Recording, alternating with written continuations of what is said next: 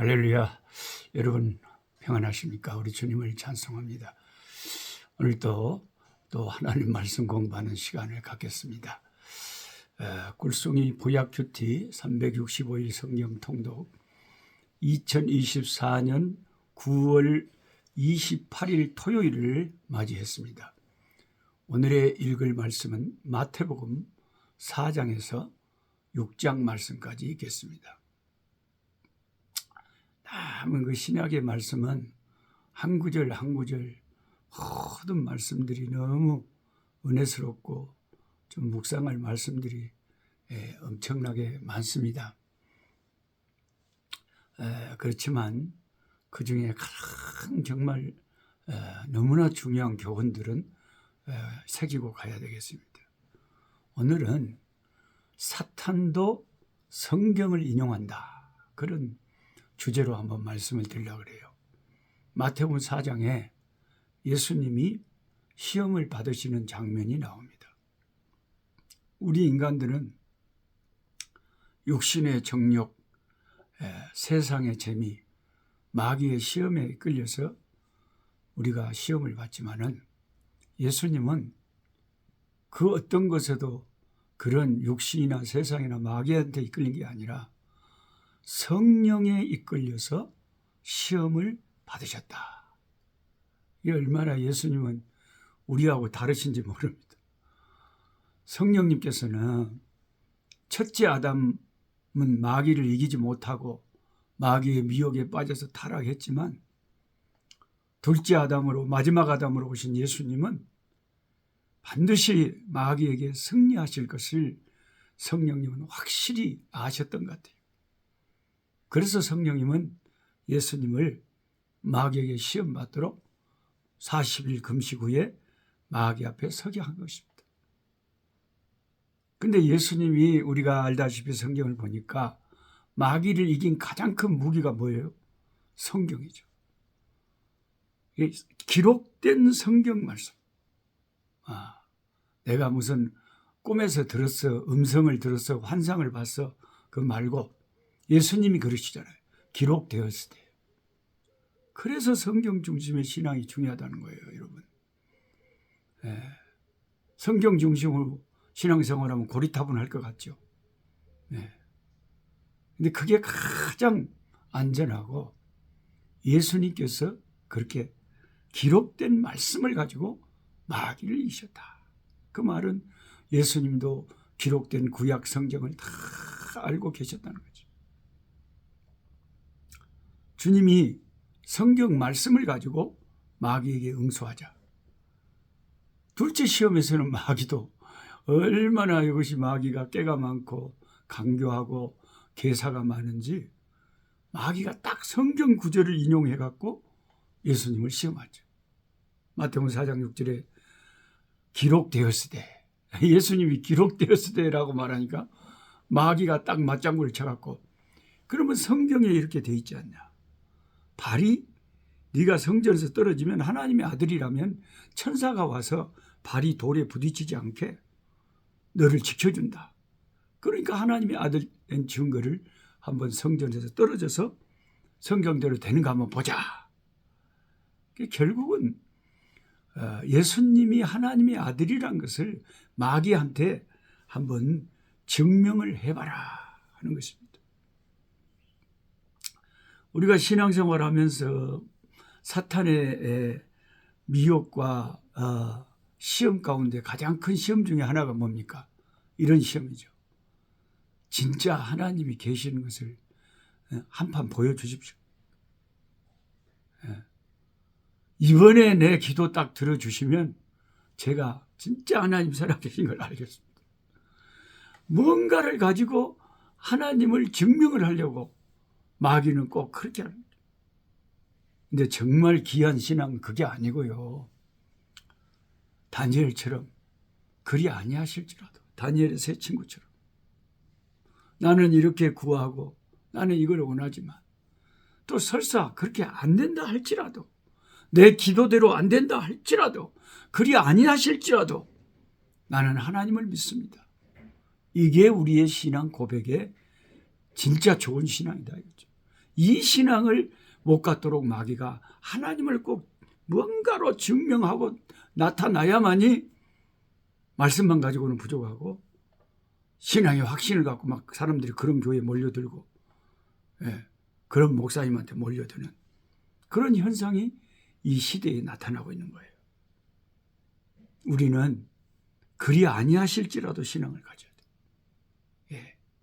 어떤 분이 누군가 시방 이 성경 공부하시면서 매일 한 500명이 하고 있는데 아멘 하시는 것 같은 그 느낌이 제가 제 귀에 들리는 것 같아요. 아멘. 뭐가 아멘이에요? 그리 아니하실지라도 신앙을 갖자고요. 그리 아니하실지라도 나는 하나님을 믿겠다고요. 모든 게 내 뜻대로 안 되고 내 기도대로 안 되고 정말 시험 받을 수밖에 없는 참 기가 막힌 여러 가지 환난과 어려움을 당하더라도 나는 하나님께 감사하고 나는 하나님을 믿겠다 이거예요. 이게 그리 아니하실지라도 신앙 아닙니까? 뭔 신앙이 좋겠어요, 여러분? 막 기적을 보는 신앙, 환상을 보는 신앙, 음성을 듣는 신앙, 으쌰으쌰 하는 신앙. 그 모든 신앙보다 더 좋은 게 뭐예요? 그리 아니하실지라도 이 다니엘의 세 친구의 신앙이죠.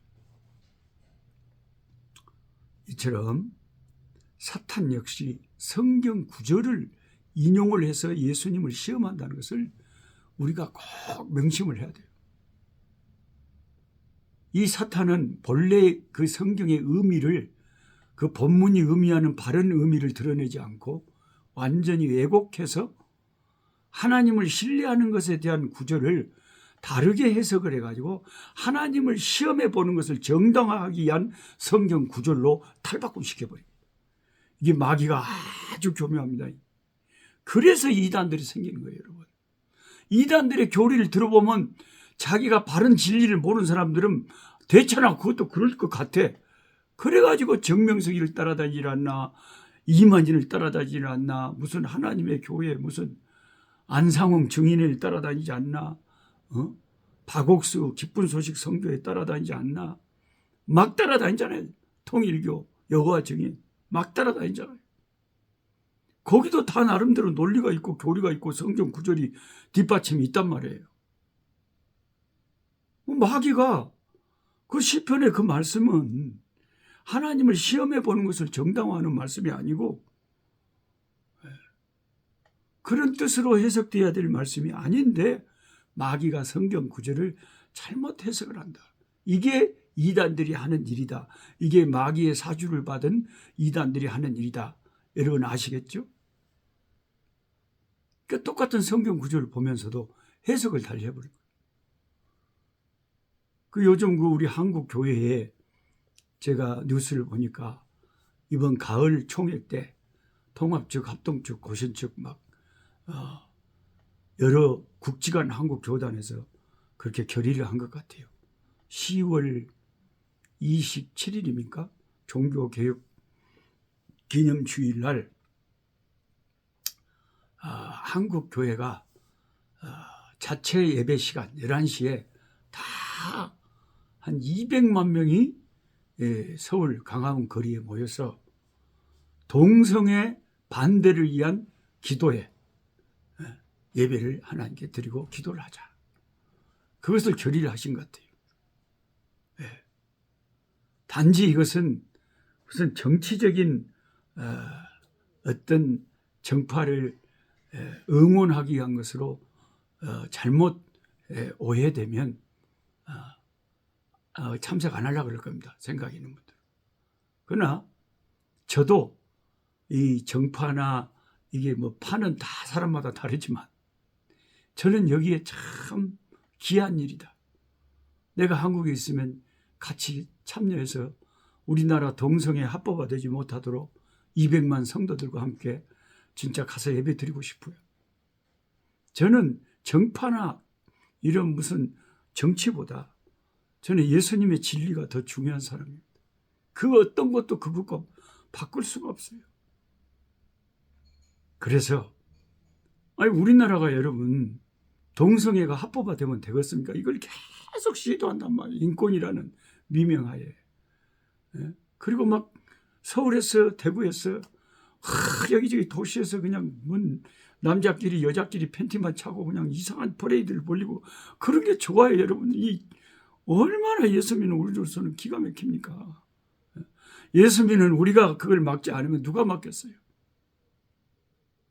정치인들은 200만 이상의 기독교인들이 모여서 소리를 지르고 기도하면 아마 명심할 거예요. 야, 이거 함부로 하면 안 되겠구나.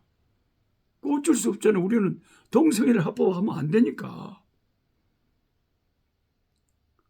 유럽이라는 저 나라가 예수 믿는 사람 교회 출석률이 1%가 될까 말까 안 된대. 1%도 채 안 돼.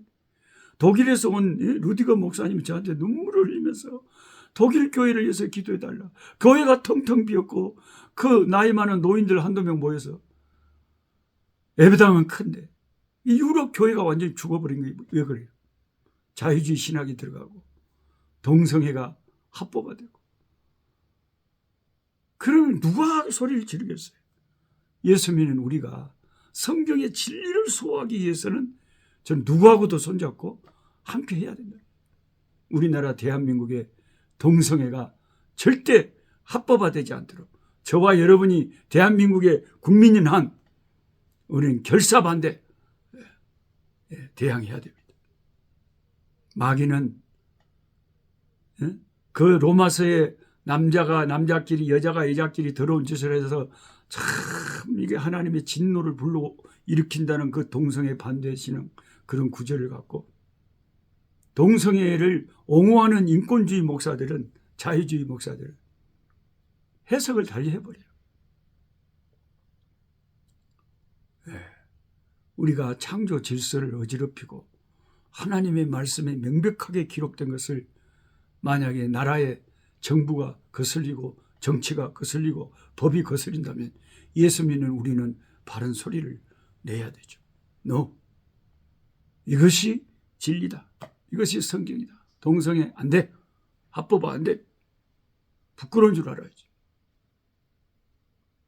계시록의 말씀을 신천지에서는 엉뚱하게 인용해서 저그들의 총회장 이만희에게 이만희 인생에 일어난 일이 계시록에 딱 예언된 그것이 이만희에게 실현됐다고 하는 실상이 됐다고 하는 말도 안 되는 소리를 갖다가 그 마귀 새끼 이만희한테 갖다 때려 붙여서 이만희를 보혜사라고 그러고 그런 것을 쫓아다니는 이단들이 왜 신천지나 이런 악한 이단들이 많이 생겼습니까? 그래서 마귀가 그들의 마음을 어둡게 해서 성경 진리를 왜곡시켜갖고 본문을 다르게 해석하게 해가지고 무슨 비유풀이니 뭐니 해가지고 다 그렇게 어리석게 마귀 꼬임에 넘어가게 하는 거죠.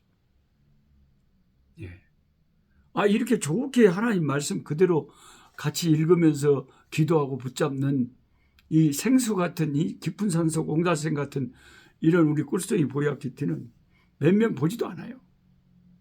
근데 그런 이단에 빠져서 참 성경 공부한다고 무슨 남이 모르는 진리를 깨달았다고 난리를 치고 지옥을 향해서 달려가는 사람들은 수십만 명이잖아요. 한국에도.